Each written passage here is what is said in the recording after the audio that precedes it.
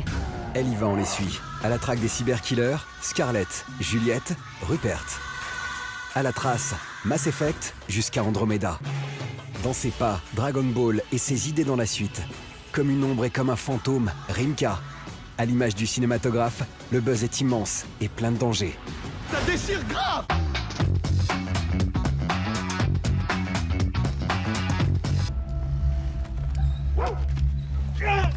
Soit je me repose un peu ici avec vous trois, soit je me repose un peu ici sans vous trois.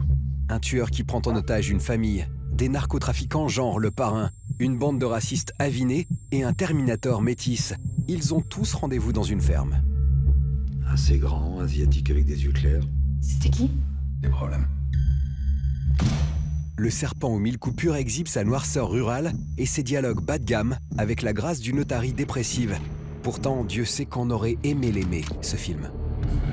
I've always hated to see women sin. Then I killed them.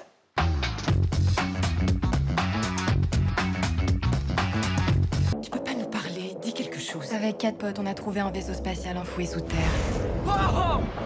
Je crois que j'ai des super pouvoirs. Quoi?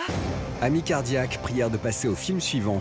Les autres apprenaient que Power Rangers décline la série d'origine en blockbuster acnéique, avec ses ados découvrant des paillettes dans les yeux, leur nouveau super pouvoir de l'espace.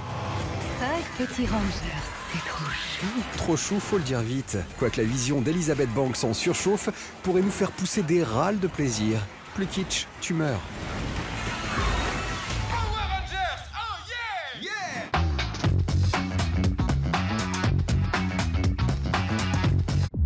Ici le Major. Je suis sur place.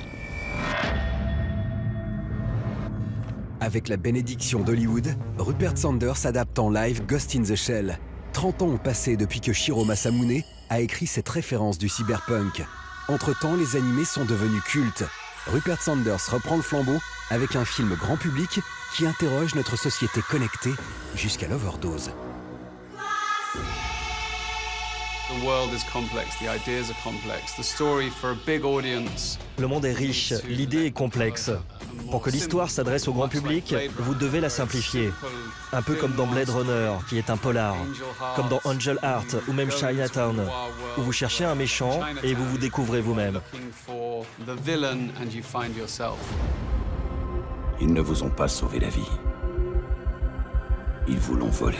It was hard to kind of figure out how to enter this character just based on C'était assez difficile pour moi de saisir ce personnage juste en regardant l'animé. Ce n'était pas clair.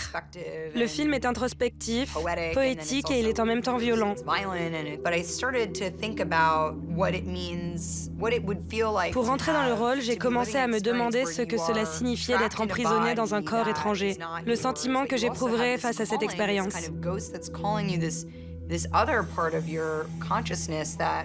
Il y a aussi cette voix, ce gosse qui vous parle, cette autre partie de votre conscience qui vous hante et vous pousse à vous découvrir. Ce film pose aussi la question de savoir si nous sommes les produits de notre passé, comment il influe sur notre présent et nos décisions. Il y a un message, je pense, qui dit l'âme humaine ne sera jamais complètement manipulée, même si vous fabriquez des robots qui remplaceraient ou qui seraient comme des êtres humains, que ni, ça ne marchera pas.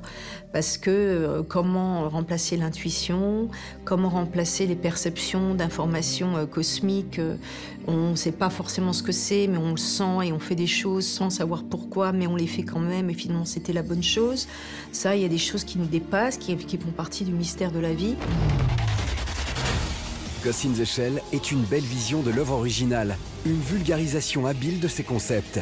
La preuve qu'Hollywood peut s'approprier des références japonaises et les transposer intelligemment afin que tout le monde en profite. C'est aussi ça le divertissement. Offrir à chacun les clés pour apprécier des chefs-d'œuvre. Ils m'ont créé, mais ils ne peuvent pas me contrôler.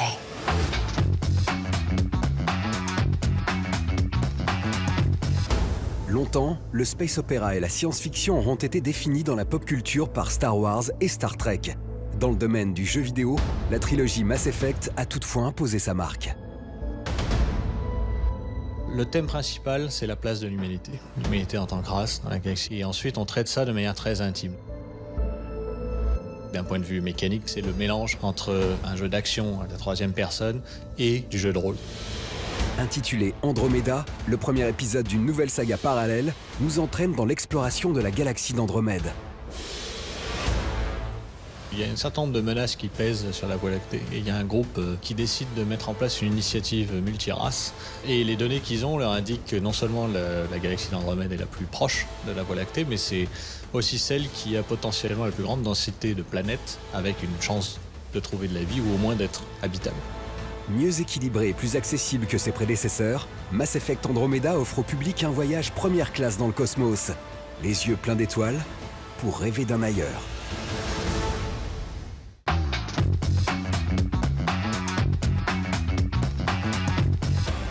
Dragon Ball revient, et on aurait bien envie de dire que c'est super, si ce n'était pas justement le titre de la suite d'une des sagas les plus emblématiques de la pop culture japonaise. Le manga dont on parle ici assure le service complet. Son créateur, Akira Toriyama, est à l'écriture, tandis qu'il laisse cette fois le dessin à Toyotaro, un mangaka qui s'approprie avec brio les codes de l'œuvre. Son trait est juste parfait, dynamique, léger, il permet de véhiculer graphiquement l'humour si essentiel à la série. Côté scénario, on évite l'écueil de Dragon Ball GT. On se situe après Battle of Gods et la résurrection de F, deux arcs narratifs très forts. On retrouve l'esprit tournoi des premiers temps, avec baston et super pouvoir. Surtout, le manga prend ses distances avec l'animé et offre plus de cohérence.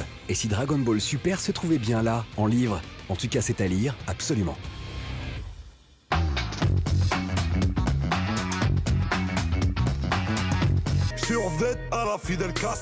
On se quitte avec les premières notes du nouveau missile de Rimka. Dans Fantôme, le tonton du rap français en remonte aux jeunes pousses en termes de rage et de flow, avec des featuring acérés de Sadek ou encore Esprit Noir.